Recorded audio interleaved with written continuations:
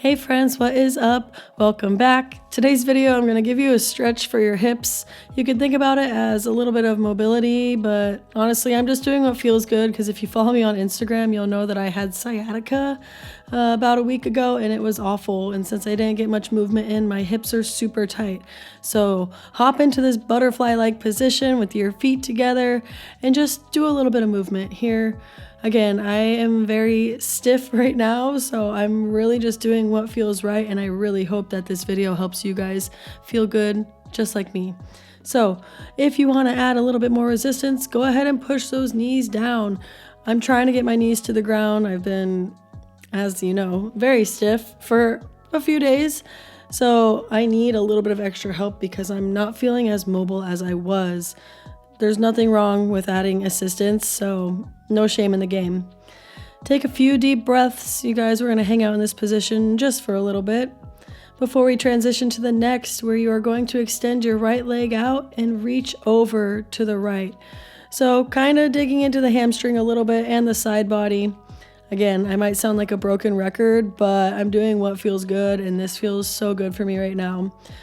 We're going to do it about 5 times on each side, really focusing on breathing in through the nose and out through the mouth. And every time you breathe in through your nose, just really try to bring that oxygen to whatever areas feel really tight on your body. For me, it's my hips and a little bit of my lower back. So these side stretches are extremely opening for me right now. Also, bear with me. After my sciatica, I got a little sick and I felt better, but I coach kids all day long and I now have no voice, but this too shall pass. If you guys are laughing at me right now, I totally understand because I'm laughing at myself as well. We are almost done with these, and soon we are going to transition into the next. One more on each side. Big reach for the foot. Bring the right leg in. Extend the left leg out one more time, and one last reach to the left. If that felt good, let's go ahead and add a little bit more of those butterfly pulses before we transition into the next position. Now we're going to target more of the front side body and the front of your hips, so feel free to flex the toes onto the ground. You're going to push those hands into your heels and then squeeze the glutes. Keep the core nice and strong to protect the lower spine. And you're going to push those hips forward as you open up the heart and slowly throw the head back. I wish I could have done this when I had my sciatica flare up, but for those of you who don't know, sciatica is awful. When you pinch that nerve, it feels like I can't sit, can't stand, can't stretch, can't work out, and it hurts the most to sleep, which is why I got sick. I didn't sleep for 4 nights, but I'm feeling so much better now. Hopping into a low squat. This is a classic hip opener. You really want to try and keep that back nice and flat. So really keep the core tight. And if you're more advanced, feel free to slide on out into a nice reverse lunge. As you can see, I'm a little stiff right now. So yes, I wobble too. If you guys are wobbling, it's okay. This is great for ankle mobility and knee mobility as well, but really feeling it in the hips. Again, I cannot stress this enough. Keep your core engaged to protect your lower spine. For someone like me, I have a really bendy back, and my core is something I really have to focus on so I don't ever have that sciatica flare up again. But again, we are doing about 5 reps of everything on each side. If you're really advanced, you won't even need to put that foot on the ground and you'll just be able to kick it back. Like I said, I'm really tight, so right now I'm kind of sliding that foot back as best as I can. Squeezing the glutes so you really stretch out the front hip for whatever leg goes backwards. And if you guys need to, feel free to have your hands on the ground for this. Again, stretching is always about whatever your body is in need of at that moment. So right now I'm trying to push myself because this is the most movement I've done in about a week. But if you're not where I'm at today, it's okay.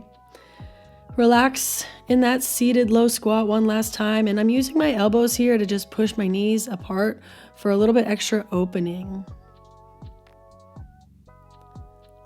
Transitioning into the next stretch, I'm just going to go ahead and do a really big reach. I'm reaching my arms up above my head and my toes away from me, and then we're going to go into recline figure 4 position. Going back into that stretch for a nice opener, and then switching legs into the other side. The reclined, I guess it's more like a reclined pigeon almost, but I call it figure 4 because I feel like I'm making the number figure 4. Also, guys, I'm sorry. I don't know if I'm making sense today, but bear with me because, yeah, we're all humans and no one's perfect, right? Again, 5 reps on each side. I grab the left leg underneath the right leg so I can pull that left knee closer to my chest. Whatever leg is crossing, you want to think about pulling that knee away from you. So you grab one leg, pull that knee in, and you want to think about pulling the opposite knee away.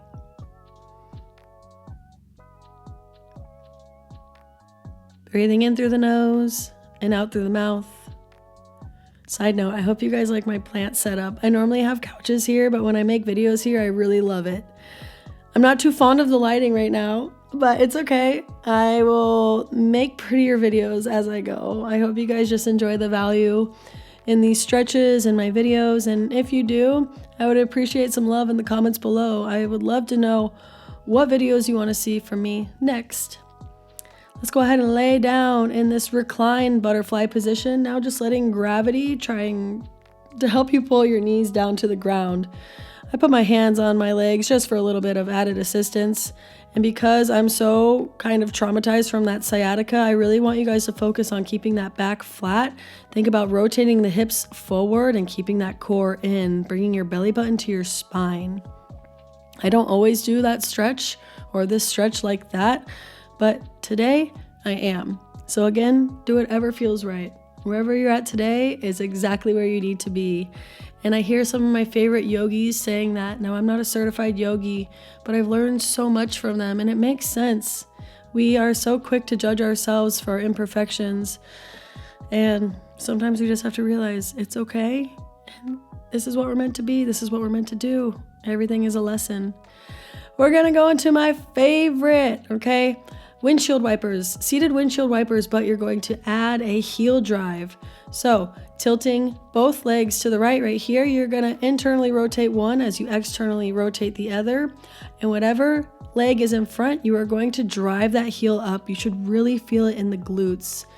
Sometimes I will twist my chest on these drills, and sometimes I try to keep it facing forward, but when I do the heel drive, it's really tough for me to keep my chest facing forward. As you can see, I'm trying here. But yeah, I'm not where I want to be, but I'm exactly where I need to be. You guys might be laughing at me so much today. Oh my goodness. My voice, my words. But hey, the toughest part is showing up, and I'm just grateful to show up for you guys. You guys have given me so much love. And you guys are the reason why I'm staying consistent with these videos every Monday. Again, heel drive. And if you guys feel any pain in any of this, don't do it. Do what feels right. If you just want to do the windshield wipers, do that. And then you'll work your way to the heel drive as you come back to this video. Because I'm stiff, I have to shake my legs out a little bit. If you are not, no worries. You don't have to do any of this. But let's transition yet again. Frog position. You're going to start in a tabletop, slide those knees right out to the side. And if you want to just hold and hang out in that frog, you absolutely can. I'm choosing to add a little bit of movement because I'm really trying to open up as much as possible. Again, I'm keeping my back as flat as possible, and I'm keeping my core engaged by bringing my belly button to my spine. Feel free to mess around with the glutes, either relax or engaged, but I'm gonna go back and do the heel drives. And when you do the heel drives, it's really an internal hip rotation. So you should feel it in the glutes as you rotate those hips forward to bring the heels or the foot off the floor.